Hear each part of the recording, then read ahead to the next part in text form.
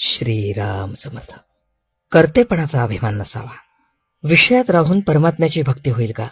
विषय सोडल्याशिवाय मी भक्ती करतो असे म्हणणे चुकीचे आहे. विषय आहेत तिथे भक्ती नाही आणि भक्ती आहे तिथे विषय नाहीत. भक्त म्हणजे भगवंताचे होऊन राहणे.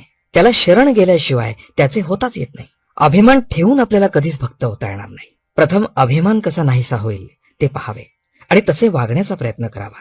आपण प्रपंचात मी करीन तसे होईल या भावनेने वागत असतो. परवाच एक जण आले होते. त्यांना त्यावेळी पाहून कोणीही म्हटले असते की हे थोड्याच दिवसांचे सोबती आहेत, तरीही मी अमुक करीन, मी तमुक करीन असे ते म्हणतच होते.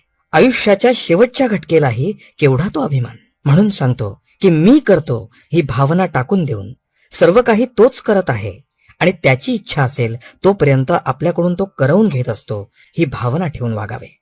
त्याप्रमाणे वागू लागले म्हणजे आपोआपच विषयाची आसक्ती कमी होऊ लागते. मी करता आहे ही भावना गेल्याशिवाय परमार्थ करता येणे शक्यच नाही. कोणतेही कर्म केले म्हणजे अमुक एक फळ मिळेल म्हणून वेदात सांगितले आहे. त्यावरून वेद हे विषयासक्ती वाढवतात असे काही जण म्हणतात.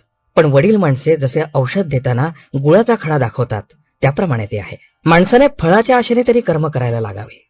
तो कर्म करू लागला म्हणजे आपोआपच फळावरची त्याची आसक्ती कमी होत जाते आणि पुढे अभिमान जाऊन मी करता नसून तोच करवीत आहे असे वाटू लागते.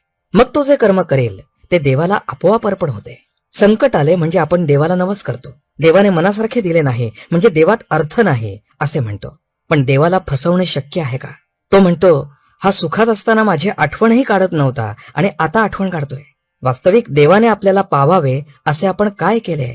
म्हणून केव्हाही देवाला फसवू नये, कारण देव फसला न जाता आपलीच फसगत होते. आपण प्रपंचासाठी रोज इतके काबाड कष्ट करतो, परंतु दिवसातून एखादा तास तरी देवाकरता खर्च करतो का? हे आपल्याशीच विचार करून पाहावे. आजचे बोधवचन. जोपर्यंत विषयाची आस तोपर्यंत नव्हे भगवंताचे दास. जानकी जीवन स्मरण. जय जय राम.